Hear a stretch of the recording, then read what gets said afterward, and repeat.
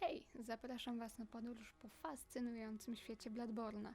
Chciałam się z Wami przywitać już w katedrze, w kaplicy Oedona, ale pojawił się tutaj German i być może ma coś jeszcze nowego nam do powiedzenia. The Healing Church and the Blood Ministers who belong to it were once guardians of the hunters in the times of the hunter Ludwig. They worked and forged weapons in their unique workshop. Today, most ministers don't recall the hunters, but they have much to offer you. Tak, dzięki temu, że porozmawialiśmy z Germanem, jakby poniekąd wiemy, co robić dalej, ale to już wiemy, dlatego że Wam powiedziałam. Po pokonaniu bestii żądnej krwi dostaliśmy dostęp do bocznej komnaty w kaplicy Oedona, co zresztą nam German teraz mówi, żeby zejść i coś tam odkryć. Odkryjemy tak naprawdę 3 ciekawe lokacje. Może nie lokacje, 3 miejsca. I on też nam właśnie tu powiedział, że szafarze przestali o nas pamiętać. Tak, czyli to, co też mówiłam na początku, w ogóle na samym początku gry. Wspomniał też o Ludwiku. Ludwik to był kolejny tropiciel, ale już innego rodzaju tropiciel. Pierwszymi tropicielami był German i jego uczniowie. I ich zadaniem było oczywiście tropienie i eliminowanie ludzi, którzy zamieniali się w bestie. Natomiast, jak już widzieliśmy naszych bossów, niektórzy ludzie duchowni zamieniali się w bestie trochę większego kalibru i z takimi bestiami nasz zwykły pierwszy tropiciel nie do końca sobie radził. Trzeba było wynaleźć trudniejsze, może nie trudniejsze, ale cięższe bronie. W związku z czym założono nowy oddział tropicieli, którym przewodził Ludwik. Tak, o Ludwiku powiem zresztą dużo więcej później, ze względu na to, że Ludwik występuje w DLC. Ludwik też czytaliśmy w którymś z opisów któregoś seta, chyba seta tropiciela, zwoływał Jarlemczyków do swoich do swojej armii tropicieli. Tak, otworzyło nam się boczne przejście. Ono by się nie otworzyło, gdybyśmy nie pokonali żądnej krwi bestii.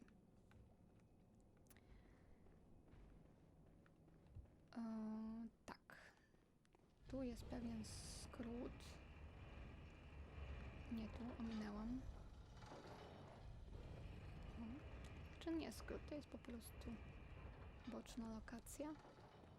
Boczne miejsce, bo lokacja to pewnie coś takiego dużego, nie?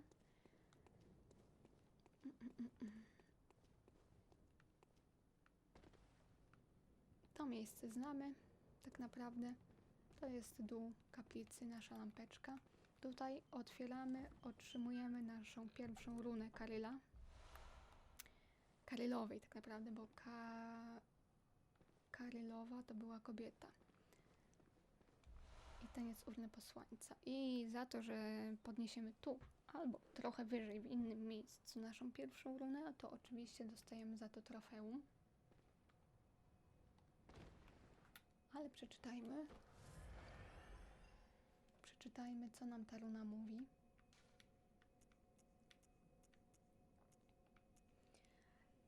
Bezcielesny Oedon. Tajemniczy symbol pozostawiony przez Karylla, kowala runicznego z Byrgenwerth. Wielki Oedon istnieje wyłącznie jako głos i symbolizuje go ta runa. Pamiętający ją mogą liczyć na większą ilość kun z żywego srebra. Ludzka czy nie, sącząca krew jest medium najwyższej jakości, esencją bezcielesnego Wielkiego Oedona. Zarówno Oedon, jak i jego nieumyślni czciciele potajemnie szukają cennej krwi. Jak widzicie w tłumaczeniu, tu wygląda tak jakby mężczyzną, ale to jest kobieta. I to kobieta, która była dosyć, może nieważna, ale to co zrobiła było dosyć ważne, bo możemy tutaj zyskiwać jakby dodatkowe umiejętności, nie musząc się wzmacniać krwią, co było ważne dla niektórych uczonych z Byrgenwerf. Tylko teraz jeszcze nie możemy tej runy użyć, musimy zdobyć odpowiednie narzędzie w jednej z następnych lokacji. Myślę, że w następnej lokacji, którą jak tylko uzyskamy dostęp do archikatedry, to pojedziemy tam. Tak.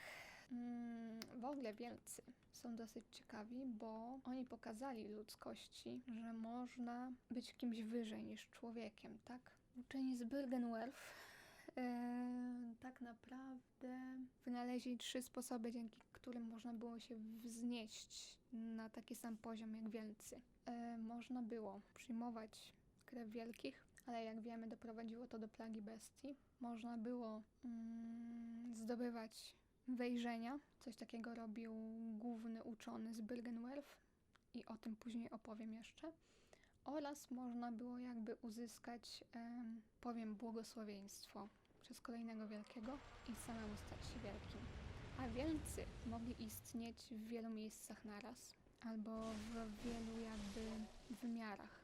I do tego oczywiście wrócę. Teraz jesteśmy w miejscu, które nazywa się warsztatem kościoła. Czyli tutaj swój warsztat miał kościół uzdrowienia, czyli ci tropiciele inni niż German. Ci tropiciele uznajmy od Ludwika i widać pod sufitem, że są tutaj bronie bardzo podobne do tego, co mamy. One też są jakby tymi brońmi, które mogą co? No, rozkładać się w różnych kombinacjach. Także to kontynuowano po Germanie. Nie zrezygnowano z tego pomysłu.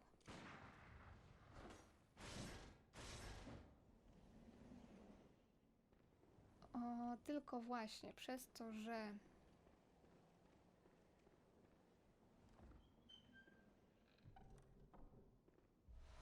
to jest inna runa i tutaj, jeżeli nie zdobyliście tego wcześniej, to tu runa, jak zdobędziecie tą runę tutaj, to wpadnie wam trofka.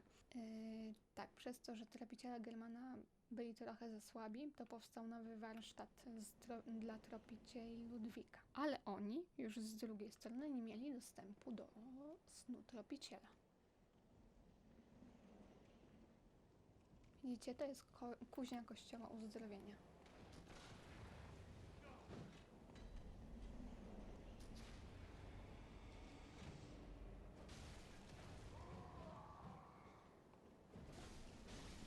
I przyznam wam się szczerze, że ja tu pewnie zginę kilka razy. Nie ze względu na to, że są tutaj trudni przeciwnicy, tylko ze względu na platformówkę. Ale bardzo chcę wam pokazać jedno miejsce.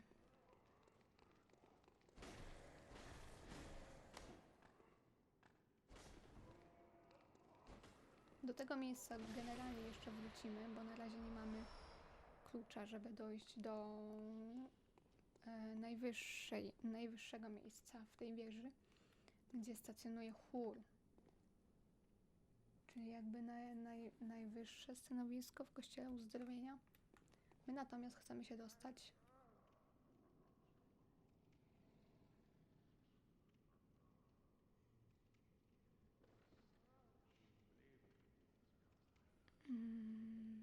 tam gdzieś są drzwi. Najprawdopodobniej zginę tu kilka razy, więc ewentualnie wam wytnę to.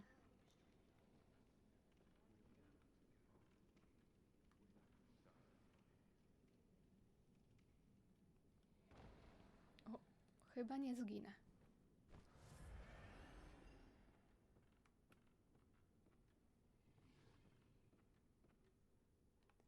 Wow, udało się za pierwszym razem. Zazwyczaj przynajmniej 10 prób potrzebuję. Tu. Zwróćcie uwagę, że bardzo trudno było się tu dostać, czyli ktoś bardzo nie chciał, żeby można było się tu dostać. I dostajemy wgląd za to, że się tu znajdziemy i wpadnie trofka. Bo, uwaga, jesteśmy w starej opuszczonej kuźni. A to miejsce absolutnie coś musi wam przypominać. Tak, to jest dokładnie to samo miejsce, które odwiedzamy za każdym razem we śnie tropiciela. To jest lokacja, którą oczywiście można było pominąć. Była całkowicie ukryta i za nią jest oczywiście trofeum, jak już wspomniałam. I znajduje się tu kilka bardzo fajnych przedmiotów. Mamy set lalki. Przeczytajmy sobie.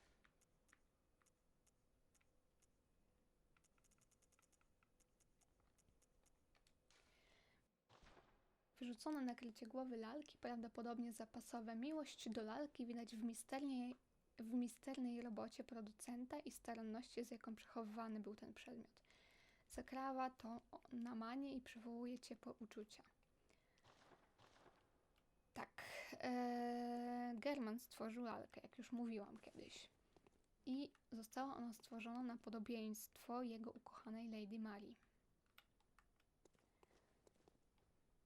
A że ona jest ukochaną, to właśnie wiemy przez to, że rzeczy, które German przechowywał, były to otoczone miłością, no nie? I zwróćcie uwagę na ten nagrobek. Tu często przychodzi lalka i tu się często modli we śnie tropiciela. Czasami kot mnie stęka. Kość starego tropiciela. To jest jedno z narzędzi łowców i jak je wszystkie zdobędziemy, to oczywiście dostajemy trofeum.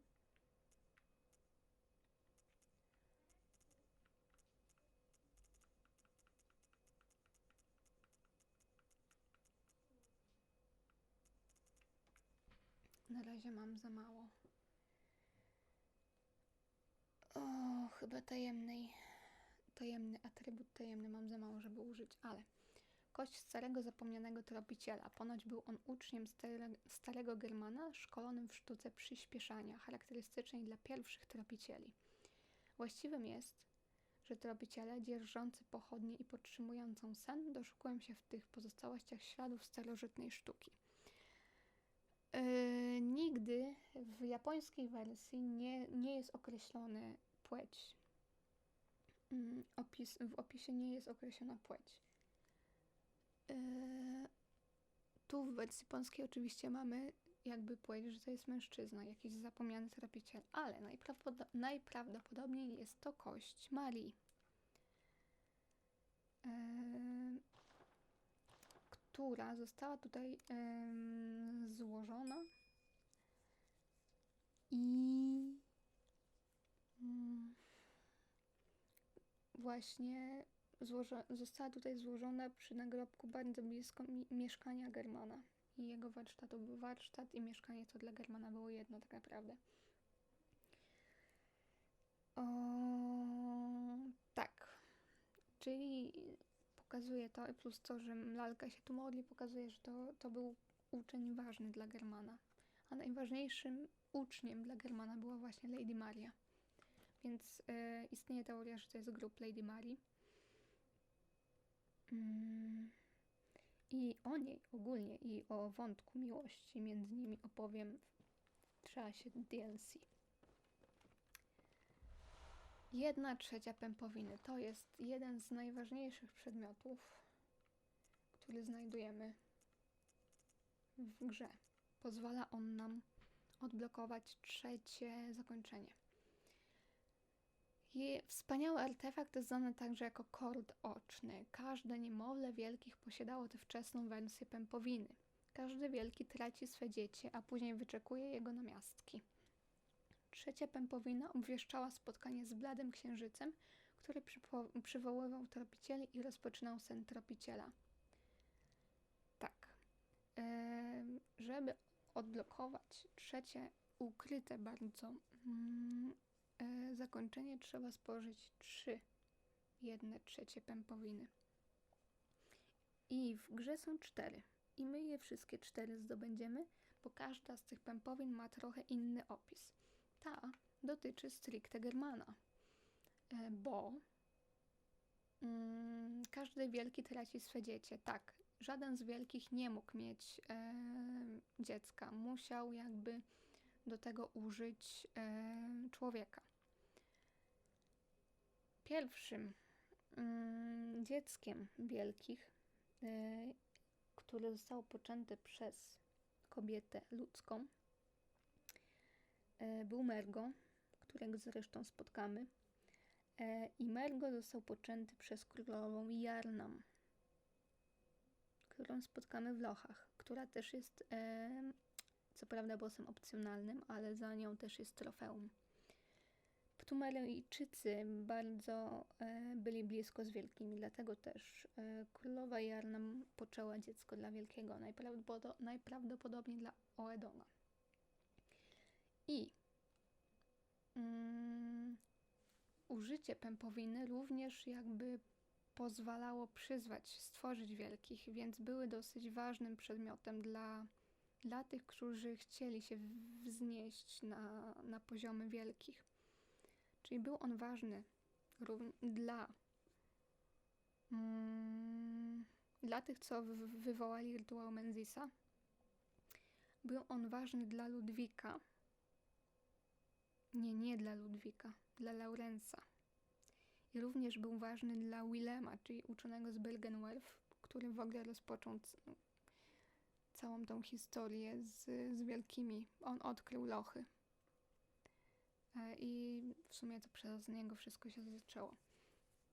Natomiast to, że tutaj znaleźliśmy jedną pępowinę, oznacza, że German użył tej pępowiny. Najprawdopodobniej użył jej razem z Laurensem, dzięki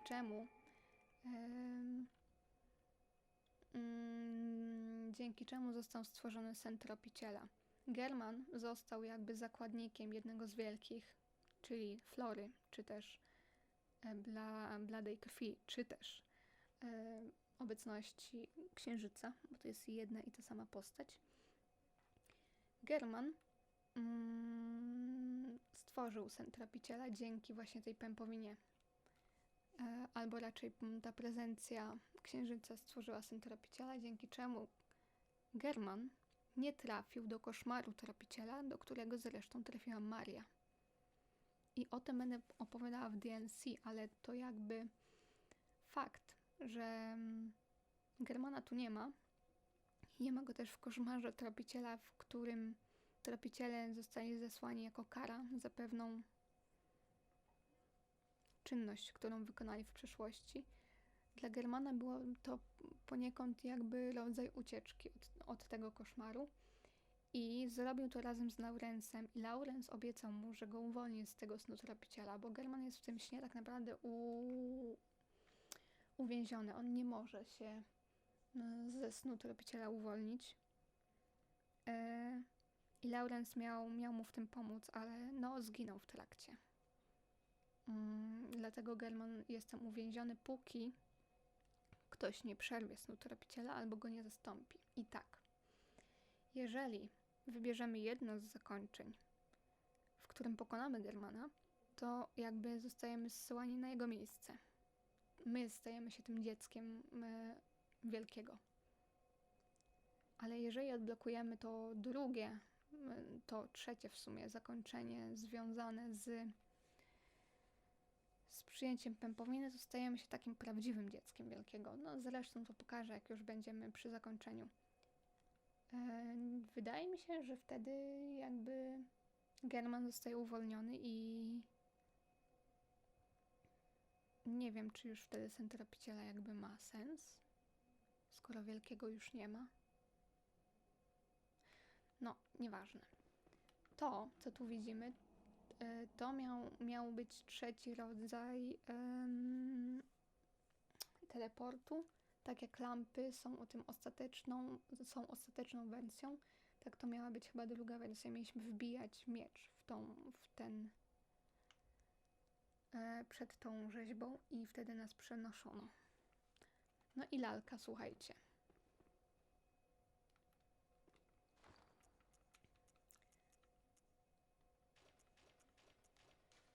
Chcę wam pokazać, że lalce drga ten wskazujący palec co jakiś czas. Widzicie? I podobno, jeżeli się przy niej pomodlimy, to dostaniemy 99 wglądu. Mnie się to nigdy nie udało.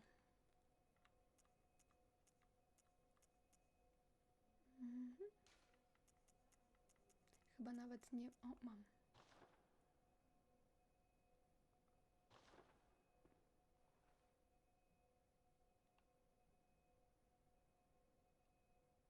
No, u mnie to nie działa. Nieważne. I tu znajdujemy ostatnią rzecz ważną. Mała ozdoba do włosów.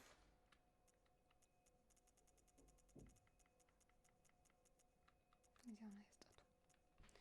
Mała, bardzo zwyczajna ozdoba włosów, choć ktoś zgubił ją dawno temu, wciąż widać ślady troski, z jaką niegdyś była przechowywana ta stylowa ozdoba. Jej kolor wyróżniałby się najbardziej na siwych włosach. Najprawdopodobniej jest to więc spinka Lady Mary, która ma szare włosy. Idźmy dalej.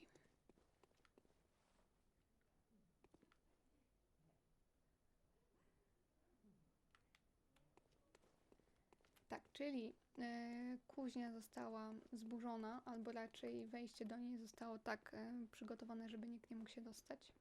Natomiast German w śnie tropiciela nam jak najbardziej powiedział, żeby tam zejść, dzięki czemu odkryliśmy wiele ważnych rzeczy. Teraz tu na dole, jak zejdziemy ostrożnie, części lootu nie zebrałam najprawdopodobniej. Jak zejdziemy tu ostrożnie, to trafimy na nowy rodzaj przeciwnika, który się pojawi... Znaczy, przeciwnika, ale on się pojawia tylko w lochach.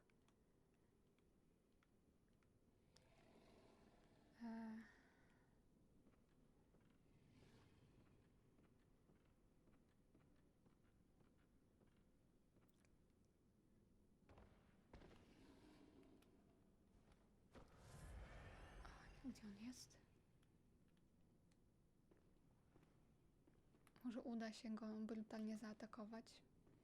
Jeżeli nie, to najprawdopodobniej będę stąd uciekała. Bo to jest trudny przeciwnik na tym etapie gry.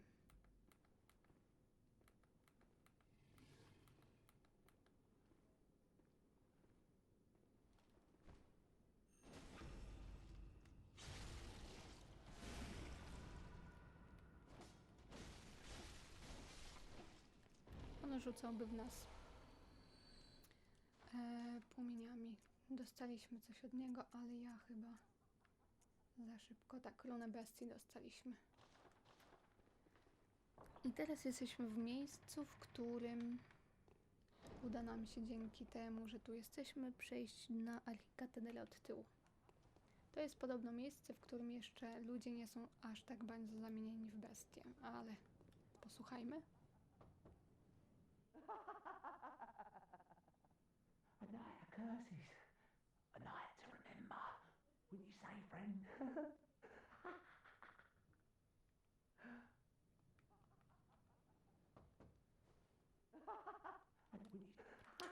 No nie jestem pewna. Natomiast to miejsce nie jest zbyt bezpieczne.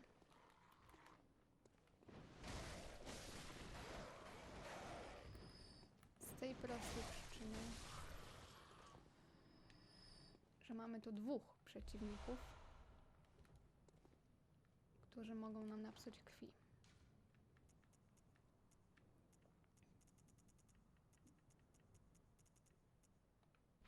Zwykłe odzienie jarnamskie, znoszone i mokre od potu. Nic się nie dowiadujemy. Tak.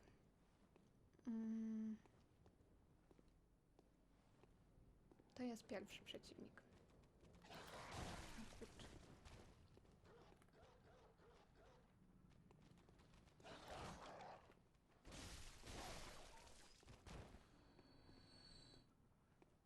On jest bardzo trudny. Bardzo dużo zabiera życia. I jeżeli teraz zginiemy, on nas zabierze do pewnego miejsca. Do więzienia w Jahargul. I to jest Ptemulianin na usługach Jahargul. Na usługach szkoły Menzies, o której opowiem oczywiście później. I my się damy złapać, ale nie teraz, bo chcemy odblokować tylnie wejście do archikatedry, prawda? Więc postaramy się ominąć Bagmana, bo on by nas w tym worku zabrał. Ja to bym chciała nie zginąć, to po pierwsze.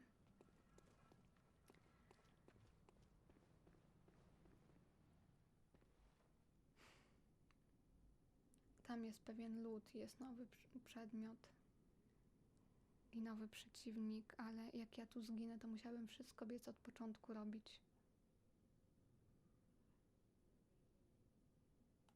Dobra, spróbujmy.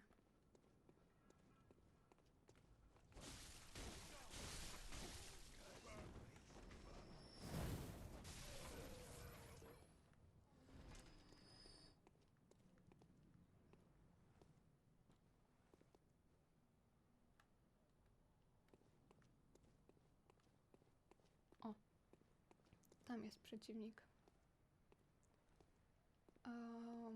który jest związany z chórem. I on, jeżeli nas dopadnie, to będzie nam wysysał wgląd. Przydałoby się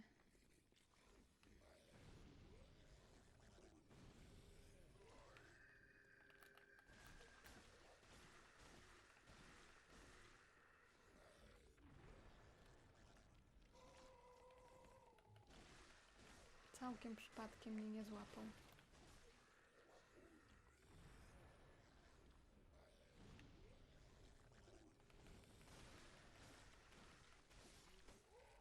Jest niebezpiecznym przeciwnikiem i będziemy go widzieć bardzo dużo.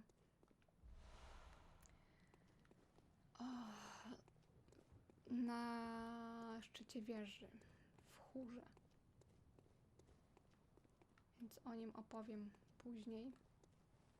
Tam jest Bagman. Dobra, nie będziemy ryzykować, słuchajcie. Odblokujmy sobie wejście i zakończmy ten odcinek.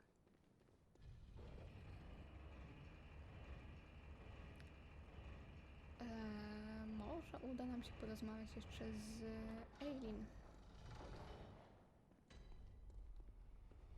Tak, jesteśmy z tyłu rewiru katedralnego. Czyli nie będziemy musieli wykorzystywać żeby się tu znaleźć. Tam jest wejście do kaplicy. Wejdźmy sobie jeszcze po tej drabinie.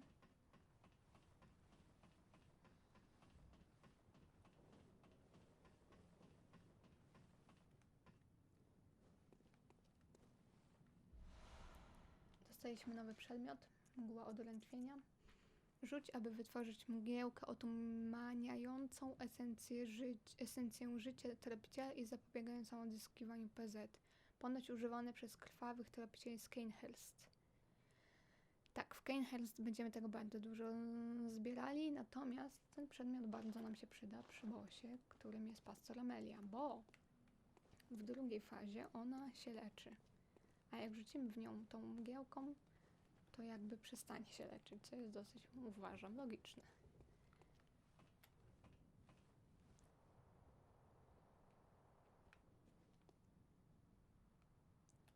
Tak, musimy sobie jeszcze jedno miejsce otworzyć.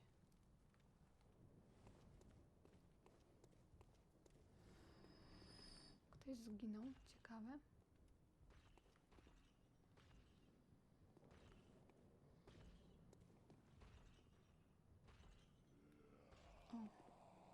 Gdybyśmy mieli dużo wglądu, to z tej latarenki już by do nas szył. Takimi samymi światełkami, jak chciał do nas ten Brainsucker, z którym przed chwilą walczyliśmy. Też chciałby nas tym potraktować.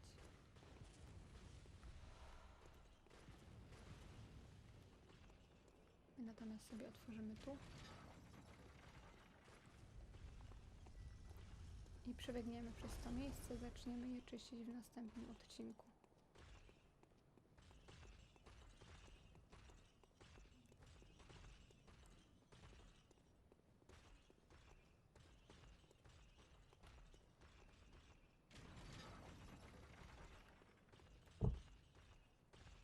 Otwieraj szybciej. No także otworzyliśmy sobie dojście do archikatedry. Znacie to miejsce? Tu zginęłam ostatnio. 2 razy nawet. A teraz jesteśmy już w w kaplicy Oedona. Tak. I w następnym odcinku myślę, że zaczniemy czyścić cały rewir katedralny. Także ja Wam bardzo dziękuję. Oczywiście zapraszam do zostawienia ciekawostek czy swoich teorii i do zobaczenia w następnym odcinku. Pa, pa!